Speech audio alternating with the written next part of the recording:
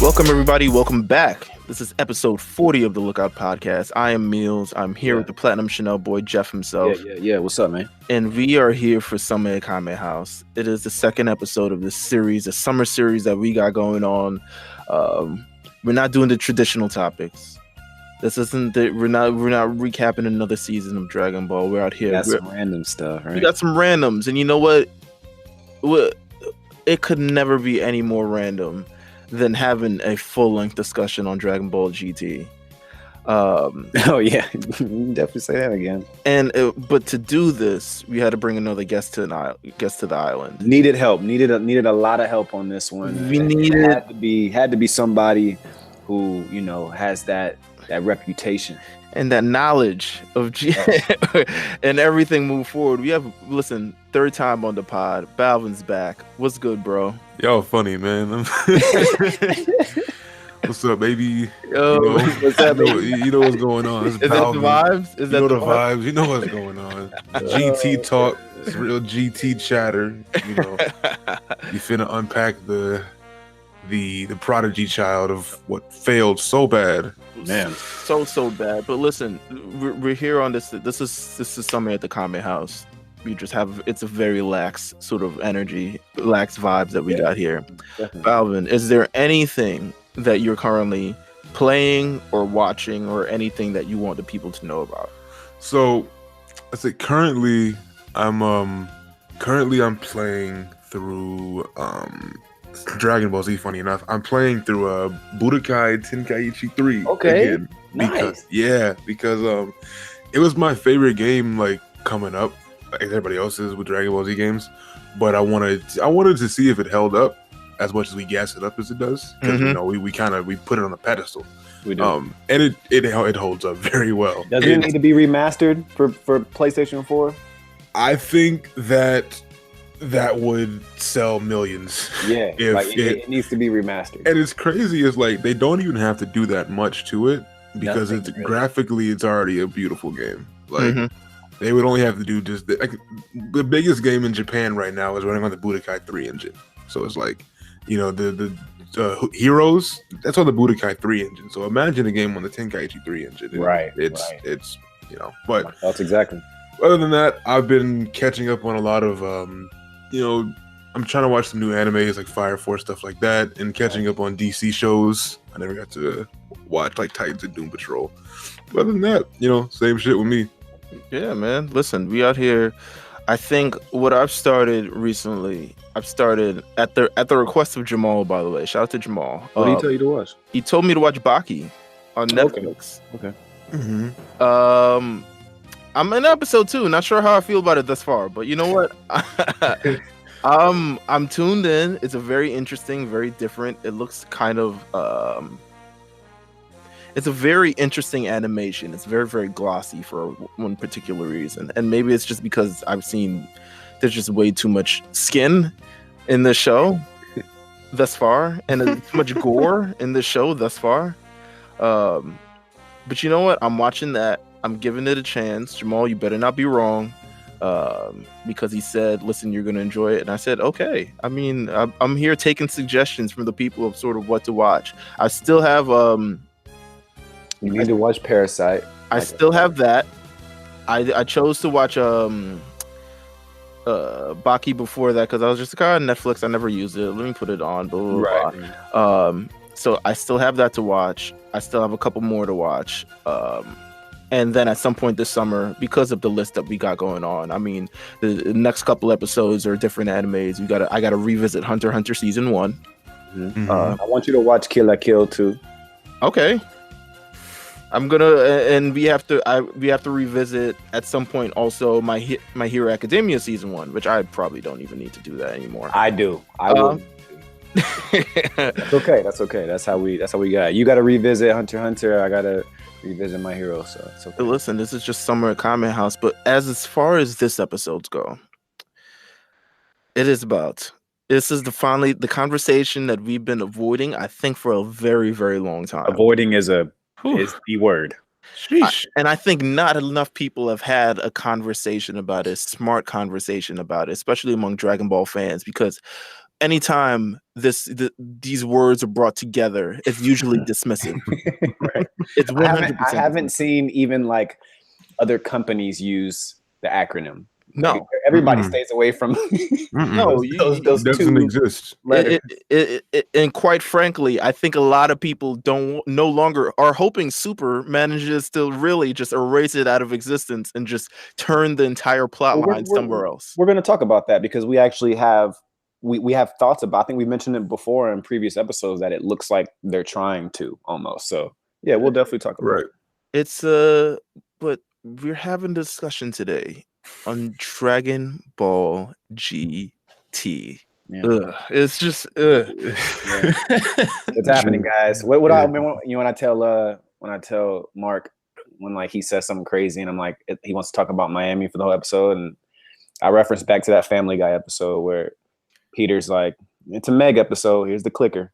It's like, man, get ready to talk about GT, guys. Dragon Ball GT, I would say, in terms of the fans' eyes, it's largely dismissed because of the circumstances around this, the development of the show, right? The way the show was presented, how long the show actually lasted, and the fact that it doesn't live up to any other part of the series at all. Right. But I want to know. I'm going to go to Balvin first. What was your first time hearing about, and what was your first time watching GT? So the thing with me and GT is like, it's a bit of a blur because I watched it how young I was.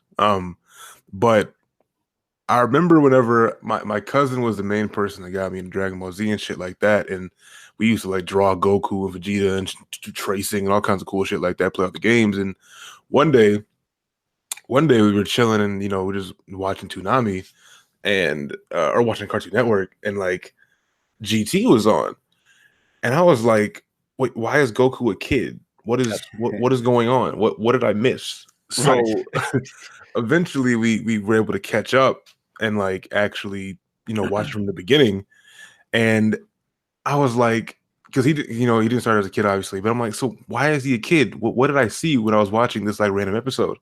And then I saw why he became a kid, and I was like, oh, this finna be ass. Like, I was like, what is happening? What is a Black Star Dragon Ball? Where are these things being? Why is Emperor Pilaf back in the show? Like, where does all this shit come from? And then Pan's here, and Trunks is grown up, and I'm just like, dude, I was so confused by all of these different things that were happening. But the main thing that always struck me and that will always confuse me what they did is why Goku was made a kid again. Right. Mm-hmm. I'll never understand that. And they gave him a fairly mulatto tan. Right. He's a mixed kid. He's a mixed kid for whatever reason. Him and Oob were like just shades apart from being the same color. Like, Jeff, what was your first memories of GT? Man, honestly, this is okay. So my dad used to work at this like comic book shop in LA. Mm-hmm. After he had left whatever job he had for it. And he used to get like he used to give me like, I don't know how he got them, by the way, but he used to give me like booster packs of Pokemon cards, like boxes, right? And he got this Japanese import PlayStation game called Final Bout. Ooh.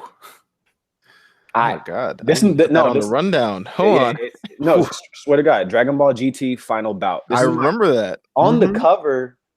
On the cover, it was on PlayStation 1. On the cover is Goku in his purple bluish, uniform. He kind of looks a little bit sinister, honestly. And a little sinister. He's very sinister. Yes. Yeah. So he got me this game from his comic book shop. It was imported. It was all in Japanese. All I could really do was get to the title screen. I couldn't really look at settings or anything. But it was actually pretty. I mean, it's pretty fun. Like it was a fun game. I didn't know anything about GT until that point. It was. I mean, truly Final Bout. I do not have the game anymore. I ended up finding a bunch of my PlayStation games. It was like Digimon World and like a bunch of other crap, but it was not in there. So I don't know where it is. I actually thought about buying it again off eBay, just off, shits and gigs or whatever. But they had like Golden Great Ape in there, like Baby was in there, Super Saiyan 4. Like it was a fun game. Right. I mean, so I'm looking on eBay now. Oh God. Okay. All right. a little bit cash. I think I want to say it came out in like, at least in Japan, it was probably like 98 or 97 or something like that. 90 I believe it was 97. It was 97. Man, dude, the game was fun. The game was fun. But at that point, I didn't know anything about GT until that. And I guess I really didn't know anything about GT leading forward until I actually watched it years later, because this was all I had. There was no real information on the game about what was happening. I just had character selections and different costumes, you know? So that was really it for me. So I would say my foray into GT was being a young kid who would go to the library to print out photos of Dragon Ball to draw them, of course, and stumbling across, Goku Super Saiyan 1, Super Saiyan 2, Super Saiyan 3, Super Saiyan 4. What the fuck is this? Right. What is going? What? Why is he's red? He's got 8 fur. Like, I mean, it's kind of cool looking, but also it's so far gone from any of the original one. Like, he's not blonde, he's not anything else. And then you'd go down a deep dive, all right, Super Saiyan 5, like, where are we going with this? And they would show you that bad Dragon Ball AF fan fiction thing. Dragon Ball April Fools. That's so crazy to me. How that really became like a whole thing. Fan art, like, fan shows, fan manga was based off of a joke. Well, it was because I had no idea what Dragon Ball Super Saiyan 5, I was liable to believe anything. I was like, all right, Super Saiyan 5, we're here. I mean, I remember it to his feet, silver hair, all this you other saw extra AF shit. And you were like, I mean, I didn't know it meant April Fools even at that time. No. Yeah, no, I didn't either. I thought AF was just like, GT, some new shit. AF. Yeah, it's like, it's going, all right, I'm with it. Goku has silver hair now and looks like a god. Like, what is, I don't know what's happening. But I would say learning about Super Saiyan 4 and then taking a deep dive in terms of how all of that would occur was kind of my introduction to Dragon Ball GT. Yeah. And, Super Saiyan 4, it's something now that I think I'm not sure where it lies now in terms of the whole spectrum of Dragon Ball, considering how they've kind of redirected the course with Dragon Ball Super and things like that. I'm not sure where it lies. It's definitely a little Easter egg. It's a little special edition if you watch Super Dragon Ball Heroes, the anime. Definitely. Right. I think there's a place for it. I think that they recognize it, that fans at least like it visually. I mean, they did put it in a little bit in Fighters if you play with Goku GT. In like a, I think he's like a transformation cutscene type thing. But like, to me, I always thought it looked cool, but when you dig into it and you're like, it's really weird. That's my same perspective on it, because like whenever I first saw Super Saiyan 4 without like knowing how he got there, I'm like, yo, he looks dope, but why is he red? But why? like why? And then he's swole out of his mind. His hair is a whole different style. It's black. But I never understood, like, why is his fur red now? Like, did they do that just for a design change to make him look cooler? It's like the 2-layer eye color. Yeah, it's like why? It doesn't look bad. No, it doesn't. It's just a weird design. Like, it's such a like, when you think of GT and the whole atmosphere and the whole theme and the whole, like, even just the color grading of the show is my God, it's such a complete step in a different direction from Z. Not even just it's gritty. It's exactly. It's like it's not vibrant. Like, it's very dull. It's very dull. It's kind of bleak. It's hollow. It's like it lacks substance. It's not even a design that I don't like. It's just because it's Dragon Ball Z, it won't make. If this was a whole different anime and I saw that visual, I might think it was all right, but because it's Dragon Ball and I'm not, I mean, Dragon Ball doesn't look like that, Z doesn't like that, Super obviously doesn't look like that. And so it throws me off a little bit. I'd say Dragon Ball GT, in terms of it lost its vibrancy. The series lost its bounce. It kind of lost the same sort of action and also whimsicalness that you would discover in the previous arcs. But in terms of just the sort of business behind Dragon Ball GT. I mean, I don't have there's not a full long lengthy story. It was essentially the story of GT comes. They wanted to continue the Dragon Ball series after Akira Toriyama pretty much wrapped things up. After the Z, he was like, listen, I want to take a break. It seemed like he was more so burnt out on a lot of things, especially drawing manga for the last like 11 years straight. You know, in Japan, pretty much Dragon Ball and Dragon Ball Z aired concurrently week after week, nonstop, without any breaks for 11 years. Deserves a break. Yeah, he deserves a break. He was like, listen, I don't want to do this anymore. So there were no more sort of the manga was pretty much done with. The show was pretty much done with. They ended that, but the production company Toei Animation decided, listen, we want to continue this. We're going to come up with something after this. It ended up being an anime only thing. So there was no manga to sort of follow. Right. Ended up being sort of an anime only thing. And that birthed Dragon Ball GT. Dragon Ball GT was produced entirely by Toei Animation to continue the Dragon Ball story, even though Akira Toriyama had some involvement in the early stages of the show, like designing the characters and a few of the early storylines and et cetera, like that. It started airing in Japan in February 1996. It ended November 19th, 1997.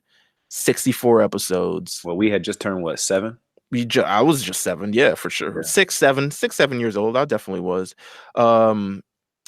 It got canceled in the summer of 1997. Jeez. Just to hear that, like an anime getting canceled, like and there's so many outlets in this day of age. It's like, especially Dragon Ball, right? Like, Dragon Ball, you don't cancel Dragon Ball. I can imagine waking up and Super getting canceled. Right.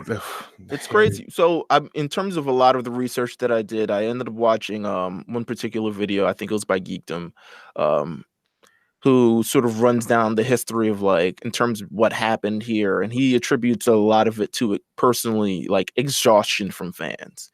Running through the series for as long as it had, he said, as the series continued in Japan, they began to realize that the popularity didn't dip off around GT. The popularity actually started dipping off around the Dragon Ball Z, around the end of Dragon Ball Z, and more so, specifically around the Buu saga, which is when interest started waning in Dragon Ball in terms of people purchasing mangas and people watching the show and et cetera, like that. He attributes it all to sort of exhaustion of the audience. You tapped out you pretty much tapped out the well. Right, and I think it was the icing on the cake. It was like if they already started seeing a decline previously, and then they tried to come back with this, and this wasn't great. Right. Well, I think it was. See if it blew people's minds. I think it's because despite even its decline, it still made so much freaking money. Like it's still such a cash cow series and things like that, and it's one of the most popular series of all time, and they wanted to continue that, and it introduced, GT. I know you know how to get into this, dude. Grand Tour. The Grand Tour. That was every Dragon Ball quiz. One of the questions is, what does GT means? It apparently means Grand Tour. What that has to do with most things, I don't know. Well, so actually, Toriyama didn't have any involvement in the story, but he came up with the name. And Grand Tour, it actually what it like the symbolism behind that is that it's traveling throughout the universe and galaxy. Okay, like it's the Grand Tour because Pan and Trunks and Goku are going from place to place to place to place to place to place to place. Right. So that's where the Grand Tour comes from. Doesn't really change much, but that's what it means. No, GT is not a bad name. It's a cool name. Yeah, I'm about to say like it's not bad. It's just I'm not gonna argue it. Like I don't know what else to name it. Right. I mean, Dragon Ball trash. Like I don't. Yeah. And it's man, it's just funny. It's just so funny of like bouncing off the whole exhaustion thing. It's like you were saying is the exhaustion is natural, and I think if all they had to do was just take a break, push out some games, like they did regardless. Yeah, push some games out, and wait till Toriyama was ready to get back on board, like we are now. Whether that would have been 5 years or 10 years doesn't matter. You got to wait it out. Exactly, because I'm. It's like that's you can't take this guy's passion project and try that. This is what happens when you go and you try to make a sequel without the original creator. Whenever the original show wasn't bad to begin with. Period. So there was a decline. Obviously, there's going to be a decline in any show that's going on for X amount of time, but it was about to end anyways. So they weren't going to lose anything. But then you make this, and like you said, you can. Even if you make something like this bouncing off of exhaustion and like fatigue from a show, if it's amazing and it's everything, because conceptually GT could have been amazing. GT had a lot of the right, foundations built to make some crazy ass GT failed to be what Super is. Right. It's supposed to be just because Dragon Ball was a feel good martial arts, action show. Then jump into DBZ. A lot of folks feel about DBZ because it loses a lot of the essence from Dragon Ball because it leaves the whole it leaves behind a lot of the martial arts and fighting aspects of it and jumps into more of the crazy power levels, and they're still fighting. There's still martial arts to it, but it's mainly about power levels, stronger than who, transformations, all that. Then you jump into GT, and it's like it because Z still carried that essence because all of the characters were still the same. They just kind of grew and they added more to it. And it kept the comedy to it. It kept the fun and all that. And it introduced captivating characters that had strong relationships and, effects to each other. Where you go to GT, it lost all of the essence. It lost even from episode 1. Exactly. Yeah, from the get-go. It's it doesn't feel the same. The sort of the wish that was made in episode 1, and it's a wish that's wished on by Emperor Pilaf, who returns and then just never seen again. He's gone. He's never in the show again after that. He's never in the show, but he makes the grand wish that changes everything. Even that wish from turning Goku back into a kid, you kind of undo everything of the story of Dragon Ball and Dragon Ball Z, with the development of Goku coming from a child, growing through his adolescence, becoming an adult, becoming a man, becoming a father, becoming a husband, all these other things. You kind of you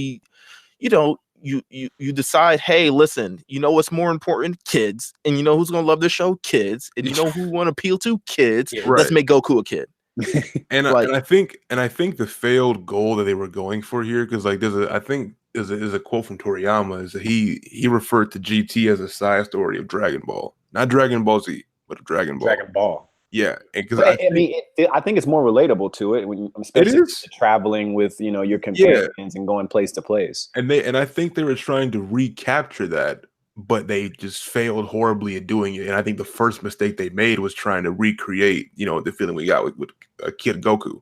Mm-hmm. Goku being just because he's in the body of a kid is not gonna make me like him more or make me relate back to Dragon Ball. It's just I know it's Goku there. But I mean, even at that point, I think we can all agree there's not much more you can do to Goku to make him likable. I mean, even at that point, I'm like Goku he's solidified. He's Goku. There's really nothing you have to do. It's like changing Mario or Sonic or Pikachu. They are what they are, So making a drastic change so heavy to their character after all this development we got from him to making him a kid again, it's for what? It literally just restricts him for the plot. We know what he can do. We know how strong he is. It sucks that we were held back from so many great moments of ascension for him as an adult that we probably would have got otherwise if he was not a kid for a majority of the series. It does not. That decision will bother me forever because it's the first episode and it's such a pivotal change to the entire setting of the show. And what hurts me so bad about this is that the intro to GT slaps. It's one of the best. It slaps. So I went into it. I'm like, oh, this shit finna be cool, bro. They changing the whole vibe up. And then nope, Goku's a kid. And Goku's a kid. Changed his fit. He lost his skin color. And and he went to a tanning booth for way too long. And they're it seems like they're trying to recapture that Dragon Ball magic. I mean, he's traveling with Pan. That's equivalent to Bulma. He's traveling with Trunks, maybe Yamcha. He's traveling. They're trying to tell this story of this young kid going through. I mean, it's different than the original one, considering they were restricted to planet Earth, but now they're going through the galaxy and just looking for a different set of Dragon Balls. Mind you, they just cram up with another set of Dragon Balls out of nowhere. I mean, they've done that in Super, but I feel like the difference between the Super Dragon Balls and the Black Star Dragon Balls, I would say, one, in terms of, I mean, the Black Star Dragon Balls represent to me GT perfectly in terms of just that dark aura to them. But how they came out of nowhere and no one realized they ever existed is beyond me. The Super Dragon Balls, well, one, Dragon Ball Super, and then also it just expanding it and understanding universes now. And now it's between two universes. And now there's this higher level. We've reached the point of gods and that sort of echelon. It kind of represents sort of that. This entire story of GT to me, from where it begins to immediately them throwing stakes under the table, it's like someone made a wish on Black Star Dragon Balls. Y'all got a year to live. Yeah, and it's like in the opening episode, you introduce Black Star Dragon Balls with no type of explanation as to what they came from or like what their purpose is, and like how, like you said, you can play the Black Star Dragon Balls to the new Dragon Balls. It's like the new Dragon Balls are this like overlooming figure that have always existed, and like kind of we just didn't get there yet, right? Whereas like with the Black Star Dragon Balls, just some random Namekian made them, and it happens to be stronger than every other Dragon Ball in existence, and they can summon a red Shenron. God knows where the blood Shenron came from, but he can make. I like red Shenron, man. That's one of my good takeaways, man. And the problem is, she's not bad. The idea of an ultimate Shenron is cool. It's just like, where is the source to this? Like, have a little bit of character development. Yeah, because there's no manga. You have to, like, you can't start with that. Like, you have to give me 10 episodes before you make Goku a kid off Dragon Ball never seen before. Off of a literal nameless Namekian that we never will ever find out about. Yep. We just know it came before Kami. That's it. Oh. Well, all right. Yeah. It's the Black Star Dragon Balls end up becoming the entire thread between, I would say, the first 16 episodes of the show. And it is the first 16 episodes. It is I know saga. It is the first 16 episodes of the show. I know this because, once again, doing more research, Dragon Ball GT eventually comes to America after the wild success of Dragon Ball, Z and Ball, and actually probably not Ball yet, but definitely Z. And Z ends in 2003. Dragon Ball GT comes to America. After apparently hearing about the disdain of the people's reactions toward the first 16 episodes of Dragon Ball GT, during its first initial airing in America, they condensed the first 16 episodes into one recap episode. And say, hey, listen, a grand problem is the name of the episode. It's a grand problem. Here's the first 16 episodes we're explaining. If you thought we didn't explain shit before, guess what? This is perfect for you. This is perfect. We meet a whole bunch of characters, don't even matter. Black Star Dragon Balls. Oh, they get them. Oh, fast forward, baby. Yeah, it's just skip. Because I think Baby's probably the closest thing they've ever, in terms of just the next logical step after the villains in Dragon Ball Z. It's kind of Baby's there. I like the Baby arc. I like Baby. That's the thing. It's like, before I had like before I fully watched the show and had a full intake of all of the episodes. Like, I remember vividly getting to the Baby saga first, and like, after I watched the Baby saga first, it's like every other time I saw him, I always liked him in the games, in the movies, whatever, like TV shows. I always liked Baby and the whole like Baby Vegeta thing they did. Like, great design. I thought, cool move set. Baby Vegeta 2's design is one of the coolest things I've ever seen. One of the coolest. I had his card and I was like super hype about it. Exactly. It is. It's continuing to give more to Vegeta, actually. I mean, in terms of just talking even about Vegeta, let's talk about a little bit. We're gonna get back into the Baby saga, but let's talk about the characters of GT, because I mean, oh god, We don't really. I mean, God. there's the main character, which is Goku, and then there's kind of everybody else. Well, Yeah. Vegeta had a mustache, bro. Vegeta had a. Vegeta had a Let's talk about that. mustache. Episode 2, Vegeta shows up with a mustache, bro, Vegeta had a mustache. and the shortcut. And That goes against everything. This is legitimately Disney's Doug. right. No, you're absolutely right. Everything that they talked about, I mean, it's well known that Saiyan hair is Saiyan hair. Exactly. Like Vegeta's not going to the barber to get his shit edged up. Like, Just not. and like he's wearing the sleeveless vest with the red tank top. It's like the design, like this the idea of Vegeta wearing it's not wrong, but I need a reason as to what happened that caused Vegeta to just completely change everything about him. And he like what you don't cut Vegeta's hair. Vegeta doesn't cut his hair. We can't just assume because he has kids and he's married to Bulma now. Like we can't just assume that's why he's chilled out. Like I need to know more. He's been chilled out for a long time. He never changed otherwise. Like exactly. I feel like they did that because it closely most resembles to like a 90s action star.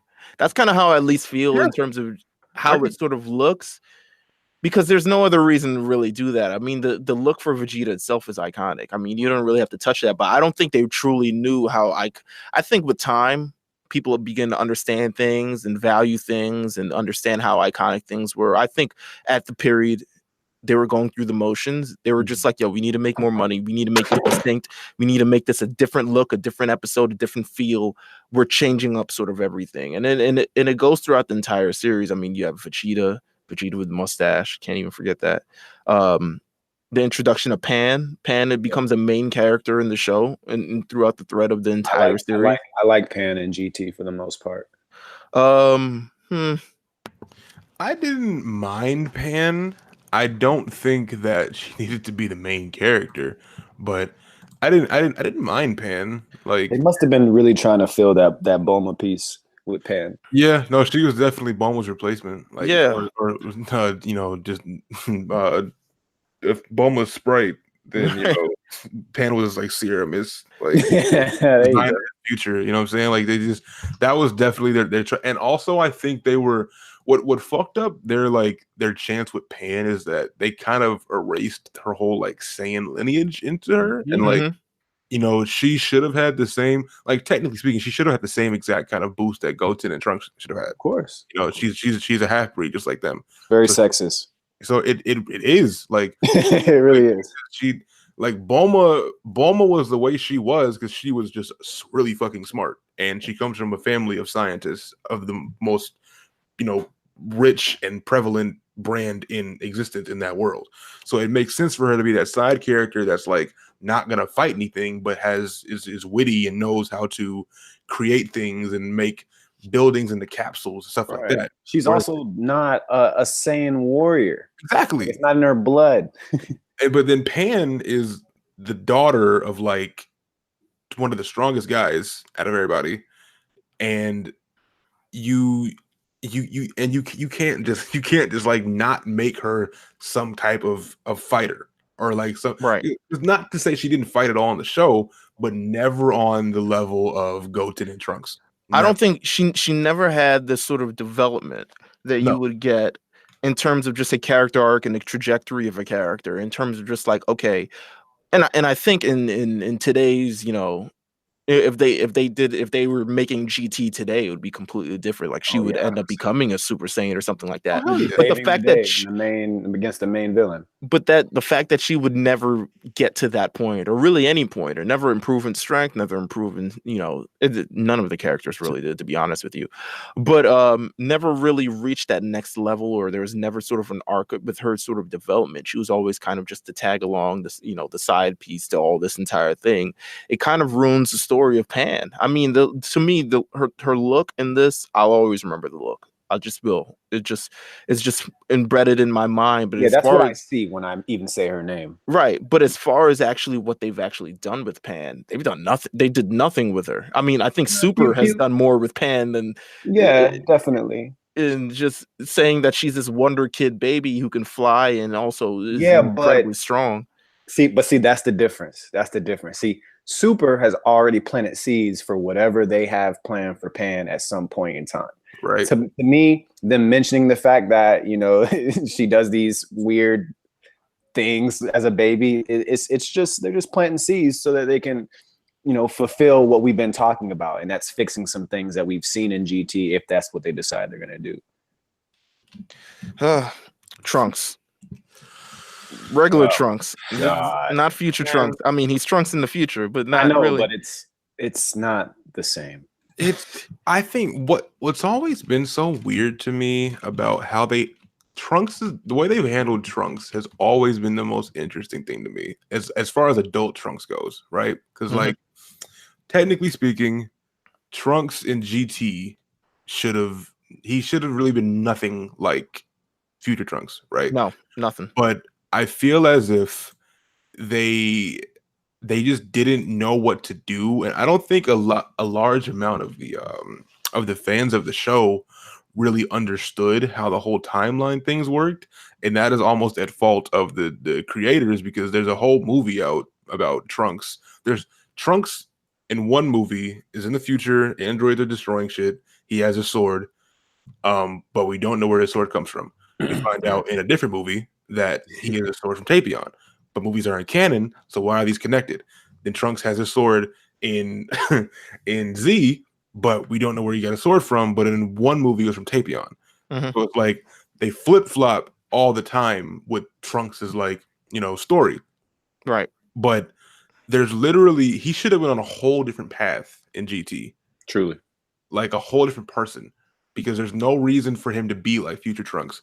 But I think they just wanted to capitalize on like off his success that he had. Yeah, off the kids, like very popular. I mean, we got a whole other saga about him in Super. Yeah, definitely.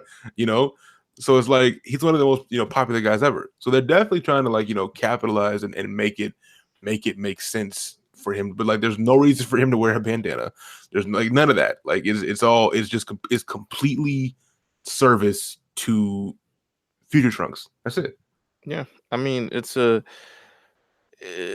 weird kind of how he plays, like he almost plays the third fiddle in this entire entire ordeal. But I mean, he's very prominent in the first arc. I think maybe after the second arc, he kind of, after he gets abducted by Baby and then Baby just spits him out, like it's a wrap after that. That's one of the things I don't like is the progression of characters from a strength standpoint. You know, there's no cool like breakthrough. No, there's not a breakthrough except for Goku. Which I obviously, but like, you know, Vegeta gets his SS4 shit, but like Vegeta's is sad. Vegeta's it is. It goes against every. I want to talk about that. That's Dragon Ball. Like, I want to see amazing progression from not random characters, but characters that we all know. I mean, Goten's fucking hair is like fucking trash, and it's just weird stuff. Just weird stuff that I don't like. You know, Gohan's ready to fight with glasses on. Shit. It's like, I don't know, man. There's just like a lot of things that I wish that they had kept about the original series instead of going completely left. I think that one of the biggest shortcomings of GT is that they had the opportunity, since it wasn't Toriyama's, you know, on the story anymore, and if they were going to go completely buck wild and not make any sense at all in this aspect, that they had such a great opportunity to give the Saiyan prodigies the chance to shine, right? Like, but. And no disrespect to Oob, but Oob has gotten more shine and more power than any of the other Saiyans have. I know. Well, yeah, that was the next person I was going to talk about. So we'll just talk about it now. Yeah, cool. So, and I fuck with Oob, and it makes sense because he's a reincarnation of Boo, right? So it makes sense for him to be that strong. Definitely. He's a cool character. I mean, always been. Yeah. So it's like, it makes sense. But what doesn't make sense is that if you take out Goten, Trunks, and Pan from the show, you don't really lose much. Besides plot points and all that, sure, because they've kind of forced them into the story now. As far as strength goes, and as far as like actually helping, you do not need Goten or Trunks or Pan in the show. And they are it would not be as like bothersome to me and just kind of weird watching the show and like acknowledging these things if Gohan doesn't exist, because they had to flip-flop afterwards, because Gohan was supposed to be the main star of the show after the Cell Saga, but Toriyama had to, you know, flip it because of fans going crazy at him and sending him fan mail and death threats and all that. So he made Goku the main protagonist for the rest of the whole thing, which is just wild, man. It's such a crazy thing to me. Now. But we saw Gohan at a teenager. Granted, he had Goku to train him and he had the time chamber and all that, but Goten had Gohan to train him, so it doesn't. Goten had Trunks and Goten had Gohan to train him, and Vegeta to train him. So it's like they didn't lose anything, right? But you look to GT; they're adults now, and they never really ever get that major moment that's gonna put them anywhere near the level of Goku and Vegeta. Like. No. They literally watch all the fights. Goten is a thought. Yeah, basically. Goten is a thought. Goten's on the phone the entire time with some girl or something, one of those girls. And I get it. Long sleeve tee. He's adolescent. Regular Hollister t-shirts. Gets a haircut. I'm like, bro, what haircut? What happened here? And it's cool. It's just like they weren't putting him on a different path to begin with. Like why give him the ability to go Super Saiyan at like 6, like with ease, if you're not building him up to be the next something even anything? Yeah. Yeah.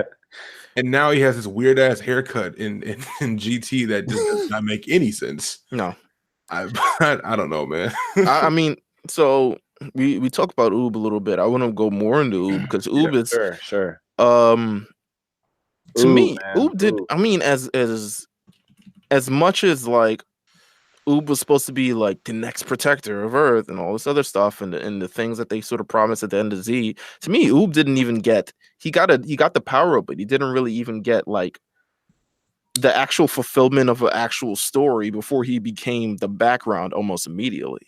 Like there wasn't to me a defining moment for Oob where he was like, okay, it's kind of cool, and it was very one of the rare things they kind of did where they kind of brought a story full circle because now you introduce Boo as evil. Now Boo is good. Kid Boo dies. He gets reincarnated as a good guy, and then they're back together again. That's kind of a cool story. When you actually think about it, that is a fantastic story. Right. So now they're reunited. They go back together, and now they become this very good, special force, et cetera, et cetera. It completely ruins everything that they're trying to get over in Super currently in the manga. Yeah, but here's why the Oob stuff is okay for me. I'm glad that for me, Oob is like one of those characters I think everybody wanted more from at a certain point, and I think that just comes from the love of Kid Boo because Kid Boo is always cool to everybody, and I think them them bringing him canon in the Super, even mentioning his name, is kind of like. That's why we're doing this GT episode. There are things in this I mean, it's selective and it's a handful. There's things in this GT shit that was cool and that did work here and there. Oob is one of those things. And I've told Mills before, like, I need to see him in the Super. Like, I need this done properly because I feel like you said, they made him this he's extremely powerful. He gets more love than a lot more of the Saiyans. They got to fix this. And this is one of the things that it just has to happen in Super. And I'm glad that they've made him canon so that they can get that shit right. I feel like if they introduce Oob in Super, they're going to have to absolutely redo GT. I don't think they're going to redo GT, man. I really don't. My thing with Oob and, just bouncing off what you said is like, he definitely was, the concept of him, right? Goku literally telling Kid Boo, literally telling Kid Boo, like before he died, that he wanted him to come back one day, it's good or evil, whatever. And he wanted to see him again because Goku's crazy. But we actually get the opportunity to see that where he literally comes back. He's reincarnated as a good, a good being, a pure-hearted being, a person of color at that. Yeah, that's one of the coolest things ever is we have this, and then like we get to GT, and it's like I remember watching the last saga in Z when Oob first shows up, and like this brown kid is boxing with Goku and actually like putting up hands, and his name is Oob. Like, yo, they're about to build up, and then Goku's gonna train him. Yeah, I know. Like, bro, it's gonna be amazing. It seemed like the next thing. Yeah, it seemed like we were actually gonna get another person that was gonna be on the level of Goku and Vegeta, because I mean, it's Kid Buu. Kid Buu was watching both of them like combined, like together. Like, and finally, an Earthling to do it. and too. an Earthling, yeah, it's a regular guy. So you get the GT, and Oob catches no bodies. Zero. The only bodies that he ever catches is in the world tournament, and that doesn't mean shit at this point in the show. Right. He can't fight Baby. Baby Vegeta gives him the hands. Mm-hmm. He's gonna kill him. Then you get to Super 17. 17 washed him too. He not only washed Oob, he washed him as Majub. So Right. What the top being you're supposed to be promoting. exactly. And it's like now we get to like the 17 arc and the Shinron arc. I don't want to get too far ahead here, but it's like now Majub is stuck fighting alongside Trunks, Gohan, and Goten. Like, you know, he's put back down a category in the levels. In terms of the other characters in this show, I mean, there's still Bulma. Bulma's still doing her thing. They've managed to make her look old, but not too. Like, I don't think they OD'd with the oldness. Right. But she definitely does look aged in a sense, which is good. Same with Chi-Chi and things like that. Right. Even Krillin, of course, Krillin is fully gray, which makes. I mean, I don't know if that makes sense at all. Whatever, man. We don't even have to like. I don't even know how that makes sense at all, bro. Krillin is an old ass man.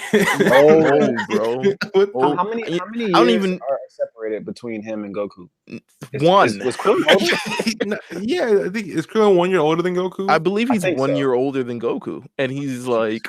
Bro, he's like it might be gray because of stress. I don't even know. My man has been stressing over that. How does Roshi look the exact same? that fountain, man. I guess. We have Goten, who's a thought. Gohan. Gohan, strangely, a little bit more tougher. I feel like he's tougher now than he was in Super. It's such a weird flip flop. Gohan was like he was still I guess the nerdy guy, but he still ended up being a goon. Like, like he still came back to be a goon. Yeah, like, pretty much. Like he's like, "Yo, I'm ready anytime." I'm like, "Relax." like, son, who are you? Like, where have you been? Piccolo. Listen, Piccolo's last fight. I mean, until Super actually happens, Piccolo has not fought since the Cell Saga, and I don't think he even fights in GT to an extent. Like I can't even remember, but I doubt he does. I just remember him dying with his planet. Oh yeah, that's true. That was a moment. I was gonna bring that up actually. Is that it. No matter what happens or how we look at GT and all that, like that scene is one of my favorite scenes in Dragon Ball ever. Like it's powerful. From Super to Z to GT to Dragon Ball. That the scene with him sacrificing himself and just chilling on the planet and talking to Gohan and Gohan crying and shit. That is one of the good things. Scenes. Yeah, it's a good thing in the show. It's one of the best things to be just as far as the whole show goes, because I think that if there's any way to wrap up in Piccolo's arc, because I mean, like you said, he's not as strong as. I guess he just doesn't train and can't get stronger as anybody else, even though he's one of the best trainers in the show. He's always still somehow at a power cap, you know. I think if you're gonna wrap up his story, the best way to do it is some kind of sacrifice, because that's what his whole character is about. Is really been like putting himself in front for his people. Surprisingly enough, but that it's great development for somebody like him. It's the same thing as Vegeta, you know. So it's like that scene of him just. Piccolo has one of the best dances in anime history of just like being posted up, arms folded, chilling with the cape. It's always nice. Yes, it's always on it. Like the cape is just flapping in the wind, and like his last conversation with being with Gohan is just so it's so poetic. You know, That is one of the best things I'll take away from that show. That is how you write a father dying. Exactly. A real one. A real father. Exactly. Unlike Goku just dying and just I ain't dipping, never seen piecing Gohan out. cry like that for Goku. Right. Goku ride away on Shinron. It's like, I know I'm about to head out. Oh. Nigga, I don't even want to talk about that episode. Oh my god! No, we're gonna get to that episode. We're gonna Please, I don't. The last. Okay. Let's slow down. we're gonna get to that. You know what? That'll sort of be the wrap up on the sort of Dragon Ball GT characters. I'm not fully sure what else is out there. We have now. How do I want to do this? The villains of the show. Okay. The villains. The villains of the show. There's a couple through the shadow. No, not the shadow. The Black Star Dragon Balls arc that I don't even fully remember. Yeah, I don't care about those, but there's the two that I care about. Yeah, the Shadow Dragons. Listen, there's Baby. We talked a little bit about Baby. Who I care about. Baby is what they did to that. To me, if they'd ever decide to reimagine that, Yes. I have no problem with it. Yes, I have no issue with them redoing Baby for Super, especially if it means something. And his powers are great. His attitude was great. I thought the character, the way it looks, is awesome. So here's the thing: they need to do. I mean, they could do a movie on Baby, quite honestly, because the Tuffle Saiyan sort of thing that never really gets fully established on screen is something that I feel like is definitely worth the backstory of how the Tuffles and the Saiyans shared a planet, and then the Saiyans' barbaric selves. The Tuffles were like the meek, technology advanced type of race, and then the Saiyans were the barbaric fighting warrior race, apparently. Right. And then they killed all the Tuffles, and the story of Baby is like Dr. Mew is getting revenge for all the Tuffles, and he wants to get it against the Saiyans, et cetera, et cetera. I thought it was a great story. Something that could be done a lot better. And Tuffles exist in the universe too. Yes, Tuffles exist in universe too. Which is weird. Baby just looks really good. Baby is a cool design, and when you have a cool design with those type of powers, it could work. Boy, imagine like Baby takes over Broly, bro. New Broly. Like imagine that design. You know what I'm saying? Like that would be hard. Like there is potential for Baby to come back. Like they already have like I feel like Dragon Ball Heroes and Super Dragon Ball Heroes is what GT wanted to be. If that's wherever it's gonna come back, it's like that's what GT has always wanted to. That's what GT tried to be. Right. Except Dragon Ball Heroes, they're not pussy with it. They're just like, you know what? Fuck it. Let's just do all this shit. Always gonna be golden cooler, as wild as possible. It's like fuck it. Do what you want to do. Have you shown Golden Gray Ape yet? I don't believe so. It's coming. It's coming. We got the Baby Saga. Okay, boom. Everyone's favorite arc, Super 17. Yeah, all 7 episodes of it. It's legitimately, I think it's legitimately 7 or 6. Why? Super 17 arc.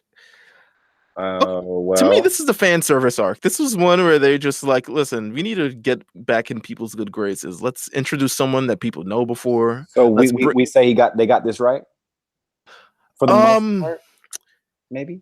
God. Besides the length, I mean, they could have went deeper. Visually, 17 looks awesome. It's the best art in terms of just being something that continues to wrap up a story. I mean, everyone's wondering where the hell Android 17 was. Dim wasn't really used. I love the sort of the interactions with 18 as well. I mean, this is all that we're getting before we even before Super reaches that point, we probably never assumed we're getting this again.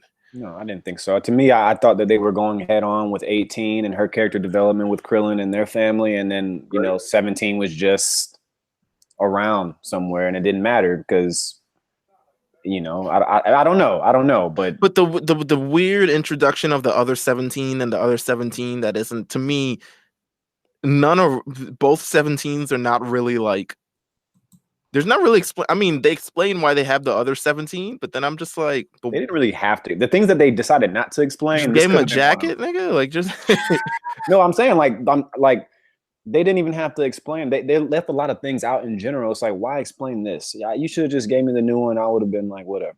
Yeah, if you just redone 17 or just, but they created a new 17. I assume in hell. It was the fake Dr. Giro. Doctor New. Yeah. He made not 17, Hellfighter 17 was his name. Hellfighter 17. I think him and Giro made 17. They did. And they did it with the extra little firmware updates and shit like that. So when he joins new with iOS 17. Right. So when he joins with the other 17, they become a new 17 with a lot of new other quips and shit like that. Super 17 by far, to me, the most enjoyable arc of this entire thing. As short as it was the most enjoyable. It appeased most of the fans. They brought back a lot of villains to have fun with. Seeing Vegeta's interaction with Nappa is cool, albeit short. It's very, very cool. Seeing Goku and Goten and everyone fight all these different villains. For some reason, Hitler's in it. Like, no comment.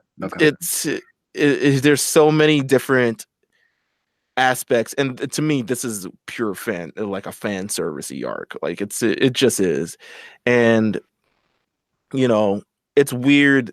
It kind of plays back to sort of Dragon Ball Z in terms of like how they dispatch Goku so they can have the other people get in the fight and then they get washed. And then Goku comes back. 17 came back and just body Krillin. Oh, without any.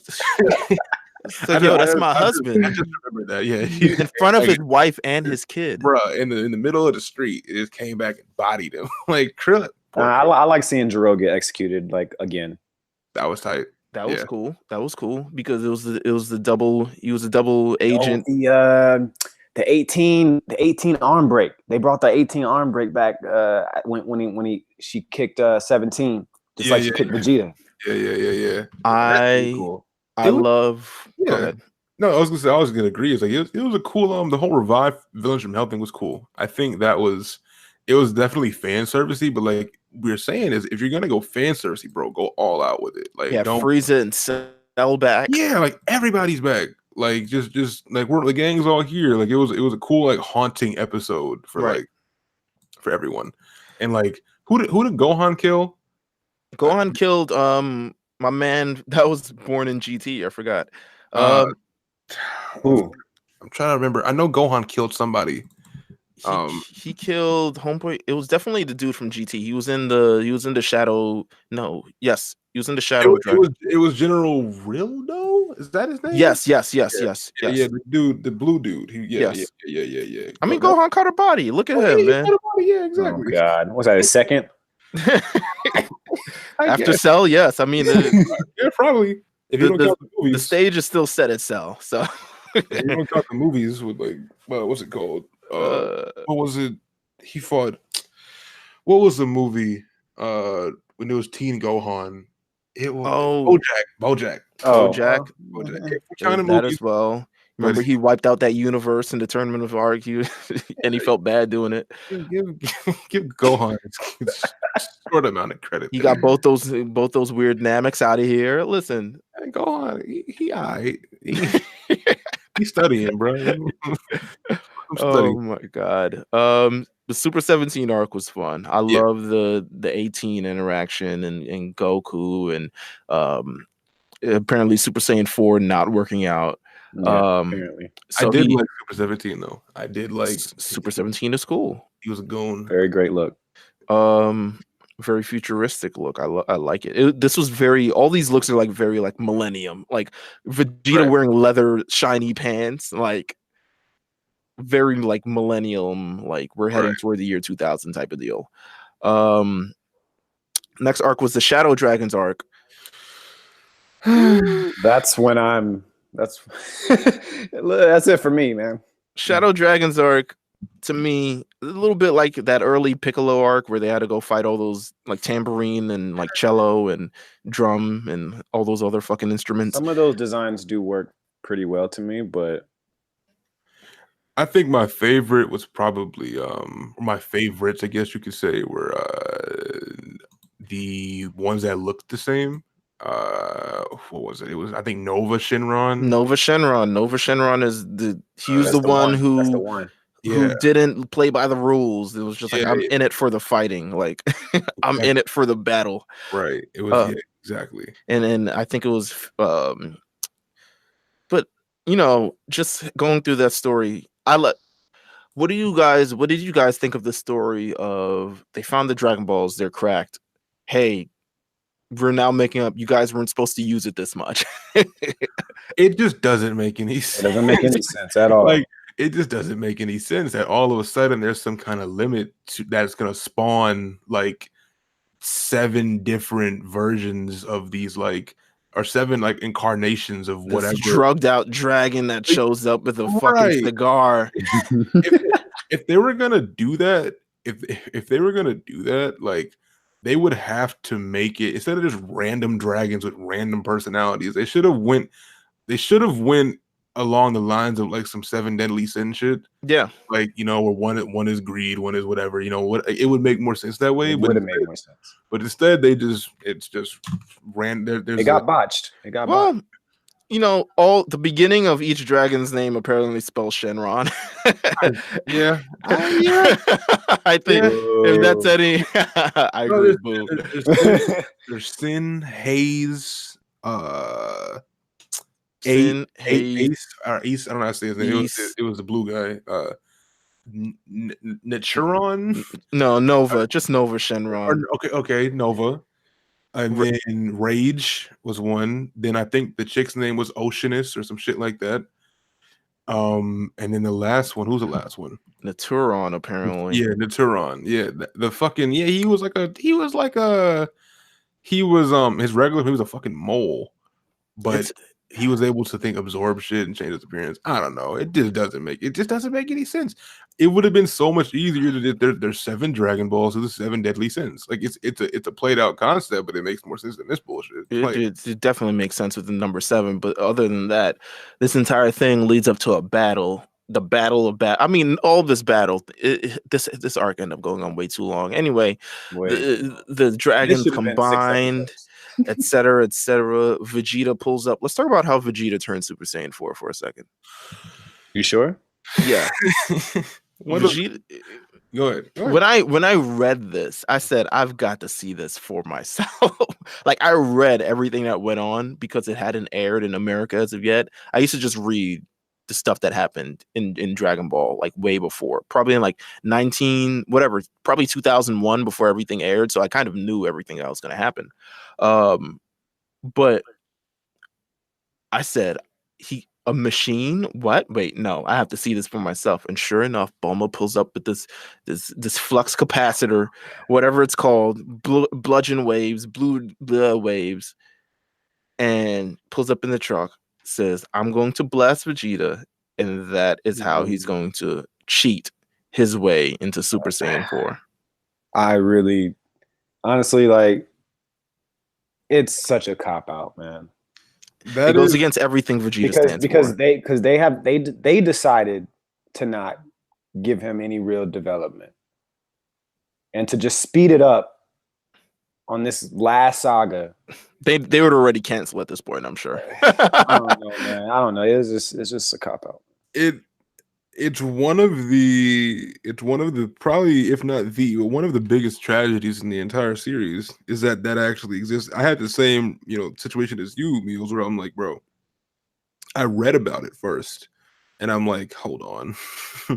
There's no way that Vegeta, of all characters in this show, I couldn't even, like, Goku would not do that. No, nobody would do that. But that's not like super greedy for power and shit like that. But even when we would never agree to that. Even when Vegeta like went with the whole Majin thing, right?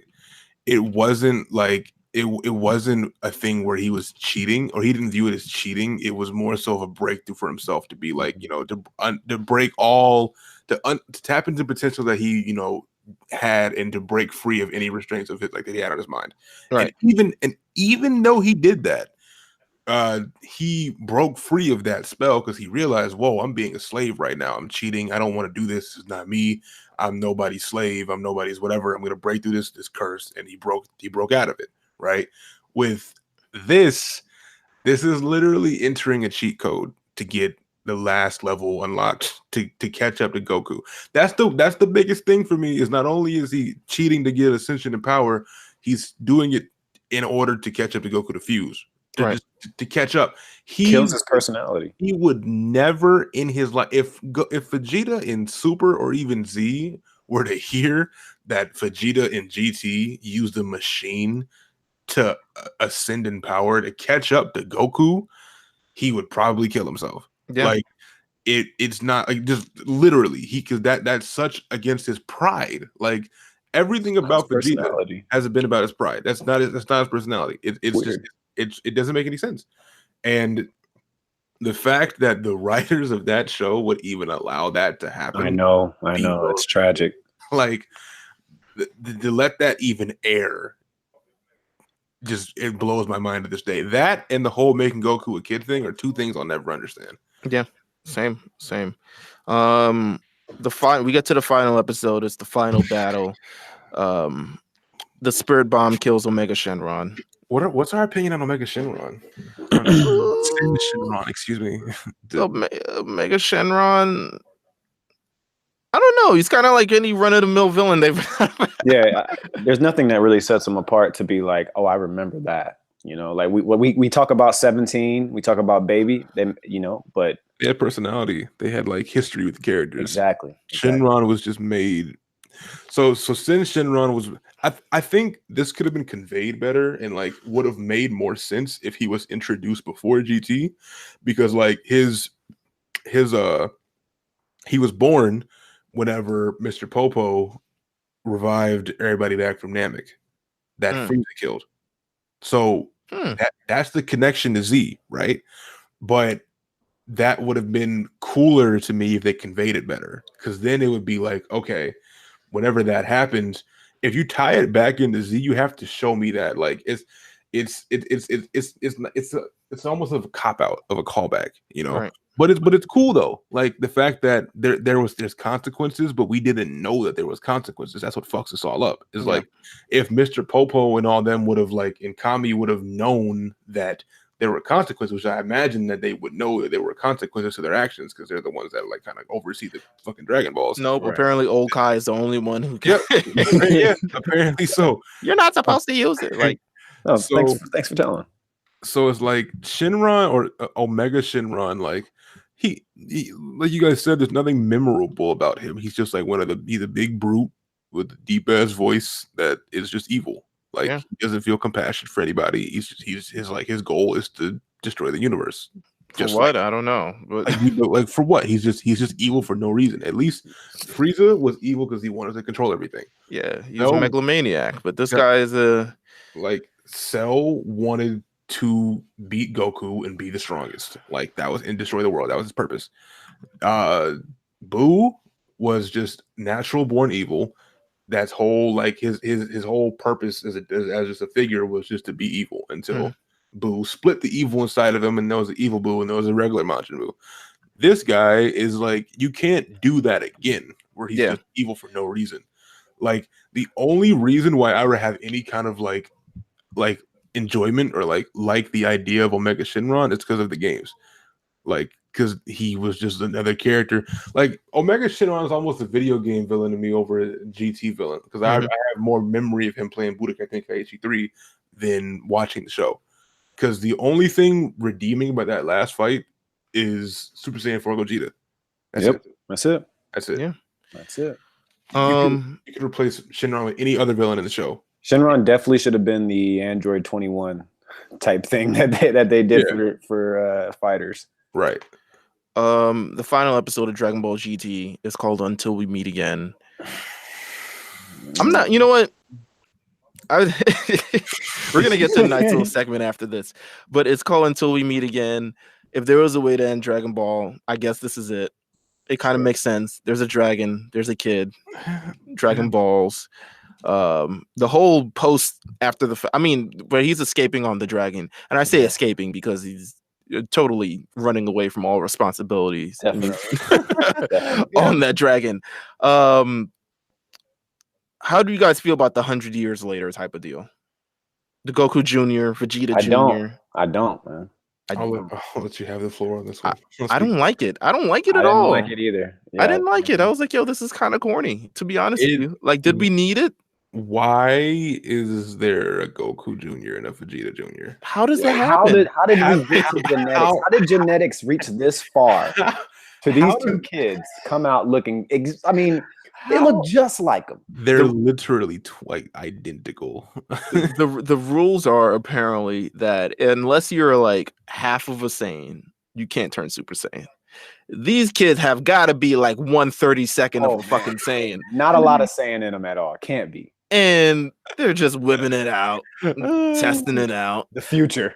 There's a statue of Goku. They all recognize him as the ruler of the earth, and then the guy who he's essentially Jesus, because he's the guy who sacrificed himself for their sins of using the Dragon Ball. Ultimately, I didn't like it. I didn't like the Heroes Legacy GT special. I didn't like that neither. I saw that very far afterwards, and I was like, it was okay.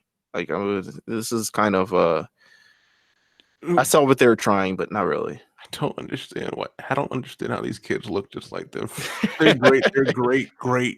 100 years later, bro. 100 years after GT. Goku was literally his great grandfather, and he is his like twin, and it's the same thing for Vegeta Jr. Oh my God. It's like it's such a and why is Vegeta wearing the same thing? Their kids don't even like their kids that we know don't even look that close to them. No. Yeah, like they don't. And like Vegeta Jr. is literally wearing the same outfit as Vegeta. He's wearing the blue top with the blue shorts. It is with the same gloves. Sounds like shenanigans that they just couldn't explain. They just very said, much so. This is gonna be cool. Let's canceled us. Y'all want to see what happens when you cancel this show? Yeah. Then the Bulma, like the other Bulma that was the mother of Vegeta Jr. Like let's not even. Who? Why did let's not even like we're getting into some real creepy stuff here now. That is funny. Yes, nothing is nothing makes sense towards this end, but it's the end. It's a I guess a fitting way for the series to end. We didn't even mention Vegeta's daughter. No. Oh, Bra's in Super. We can Bra. She got a cool look. All right, there's this one segment before we get into some internet research and we got it here. Everybody say something nice about Dragon Ball GT. Not everybody at once now. No, I just want to make sure that this is my moment. Whatever. Yeah. We gotta make sure, something nice. I think Dragon Ball GT, I will say this. Fuck. Whoa. I mean,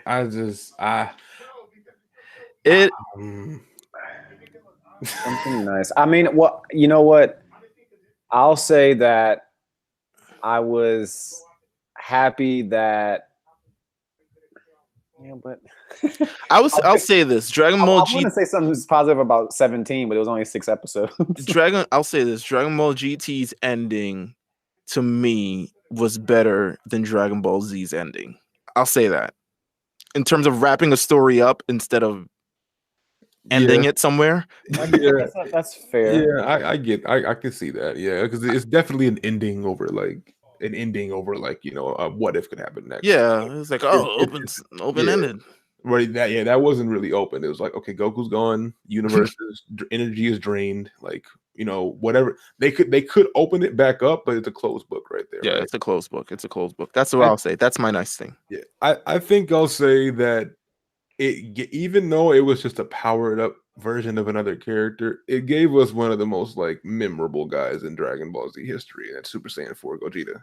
Like, ooh, yeah, we got the red hair. We got the red hair. We got the most fan fiction-y like fusion ever. You're right. Like, he has red hair, he's sparkling, like, and he was literally just like Gogeta, but like super, super like OD.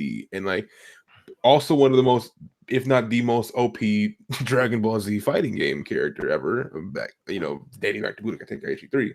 I think my favorite thing about Super Saiyan 4 Gogeta was that he fought with his arms folded.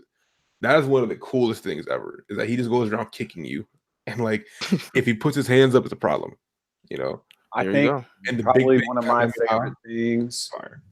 was Something nice. It doesn't have to be a favorite. Just you have to say something nice. no. I've always been a fan of the Great Ape, so I like that it was brought back in, at You least like a little bit. A little The ape went Super Saiyan for little God's sane etymology over here. Yeah, it's cool. I mean, it's their history, it's their genetics. I don't mind it bringing him back and it going Super Saiyan, although it was a bit corny, but it's cool. I don't mind it. All right, we said something nice. I don't have much more internet research other than stuff that we talked about. I've heard that Dragon Ball GT was originally pitched to take place in the same timeline as Super, but then they wanted to do it afterwards, considering how Z ended. Right. So that's what I've heard. I've heard the Goku and the Kid again, like we talked about, was more of a power scaling. It was definitely a power scaling thing because he had gone too strong. And they also wanted that Dragon Ball feel. They wanted a child protagonist. They were like, oh, this is how animes are. And like, showing like fucking things. Like it didn't work. So they tried. It failed. Now we had this question previously before when we were talking about Oob, and like I think we talked about it in the Boo saga. We was like, yo, was Oob always intended for something, like some sort of thing? Yeah. Nah, not really. I mean, that was kind of it. He kind of wrote Oob as like this character at the end, Akira Toriyama. There's nothing that was supposed to happen afterwards. I mean, I'm sure maybe he would have picked up something maybe a decade and a half later, like he did with Super. Right. But I guess this is an open book type thing. Yeah, there was nothing really created. It was, like I said, hopefully Oob has some importance coming up in Super, and they give him something. They did mention him, so he's in the manga as well. Yeah, I was gonna say, correct me if I'm wrong. He's actually appeared physically in the manga. Yeah, he's in the manga. You can see him like holding some kid on his back, like on a farm or some shit. I think they mention him. Who mentioned? Is it? It was he's on a lookout actually. Yeah, it was no. It was Dende mentioning him on the lookout and saying like, "There's a kid in the neighborhood that's so strong." Like, and he was like, "Man, I can't wait to train him." And in the manga, he goes to see him, and Goku realizes he's too young. Oh yeah, because it just doesn't happen in this. It doesn't happen. He's looking down on him. Yeah. Like, okay, I'll wait. Exactly. So hopefully we'll get that. I mean, that's all that we got for Dragon Ball GT. I mean, do you want to let's do a couple minutes on have you Alvin, have you read the latest chapter of the Dragon Ball Super manga? Yeah, I'm pretty caught up to date. How do you feel like this is going? I thought it would have been over by now, but here we are. I didn't think it would. I either didn't think it was gonna go this long or it was gonna head in this direction. Like, looks like we're in for the long run.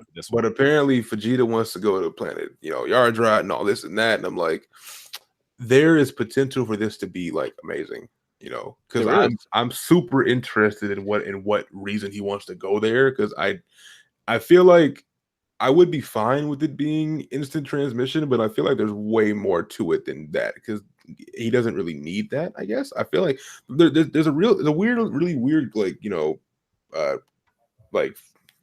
gray area with that move because it seems like almost everyone can use it except Goku is the only one that can use it to the sense where he can go from like planet to planet type shit. Right. OP using it exactly. So I think I'm really interested to see because I know that planet specifically, if they're still going again, if they're still like delving into the whole like getting away from just fighting and like going to techniques and like spells and like shit like that, I think whatever that planet holds could definitely open up a whole new book for like where they could go with like as far as fighting goes. Mm-hmm. And I need to see Goku and Vegeta both wearing the outfit that Goku wore in the Future Trunks episode. I feel like he knows something that we don't know. He has to. Yeah. Because I'd say in terms of Yard Dread, I mean, Vegeta before he became a good guy was well traveled, would travel to planets, take him over, blow him up. He may know something that we don't know in the past. Yeah. But it's very, very interesting to see where this is. I thought, like I said, I thought this would have been over. The prisoners being broken out. I mean, gives a name to Galactic Patrol prisoner arc, right? Yeah. But those prisoners being broken out, I thought, wow, okay, we're doing this. Them splitting up Goku and Vegeta creates sort of an interesting little fold too. I'm interested to see if anything else will come for this. I mean, it seems like they've done all they can do against Moro, and there hasn't really. Vegeta's the only one with a plan thus far. Look, man, I just want to see this shit animated. Me too. I feel like this is where I am. This could be a great, really like we've never seen Dragon Ball Z like this before. Like besides the show we don't talk about, but like the whole being in space and traveling and like going different places and like these new characters. Like this is a very unique thing to Z, right? So right. I'm very like you said. I didn't think this was gonna last this long. Like I thought there's gonna be some bullshit pulled out. Moro was gonna lose somehow, and then boom, we're here. But apparently he's in it for the long run. So he's in it for the long run, man. He is here. I mean, I'm not mad at it. He's done a great job at being a villain thus far. Yeah. Yeah. I mean, that's all we can sort of talk about. Balvin, thank you for coming through, bro. You guys for having got to do this GT thing, man. If anybody needs to hear about GT and get the information they're looking for, this is the episode, really. This is the episode, because I don't know if you'll end up doing it. I mean, I wouldn't be mad at that, but that's okay. If they make us come back, we're going to come back and do it again about something, but it's fine. We are here. This is Summer at Kame House. I'm trying to find the sheet again. All I have to go is on Instagram /lookout.db, and you can find what we're going to talk about next on the Lookout podcast. Summer at Kame House. The next episode will be it is 100% Jeff's favorite. Why'd you stop and pause like that? Man? Because I realized I am incredibly horny for this. So it's like, I've only got to talk about Hunter x Hunter and tidbits. So this is it for me. Yeah. Hunter x Hunter, the Hunter exam arc will be coming. It is on August 13th that we will premiere this episode. We will be talking 100% about Hunter x Hunter. Jeff is horny for this. Yeah. So it's amazing, man. I'm so excited, man. We're so excited to talk about it. But until then, I can't believe you made me go through GT to get to it. Oh my God. Real friends. Kame's house, man. Sicko mode. Oh my God. Yo, Balvin, where can they follow you? I'm sure they know where to follow you, but just say it for the for the tuffles that are listening. If y'all want to get at me and my platforms, Twitter.com /Lord Balvin, LORDBALVIN. That is also my Twitch, where I stream video games and talk about things like this, and amongst other things, video games, movies, TV shows, and I play a variety of games, ranging from fighting games to single-player story-driven games to mindless shooters. And if you want to see the luxurious hair pictures, that's right, new selfies. The Instagram is wisdom.body. What? Oh, you on IG? Yeah, man. What? Yeah, IG honey now? Okay. Wow, bro. Wisdom _ body. If you want to see the thought, that's I'm typing it right now. Wisdom _ body. Man, I done spelled wisdom wrong trying to do this. Hold up. Foxhound operative. Let's go. Oh, right. Baby, old news boy. We're here. I'm pushing the follow button immediately. Make sure you follow. Make sure you stay tuned to everything that we got going on RNC Radio Live. We are here. We are in charge. We're ready. And we'll be back with Hunter x Hunter next time. But until then, we'll see you. Peace.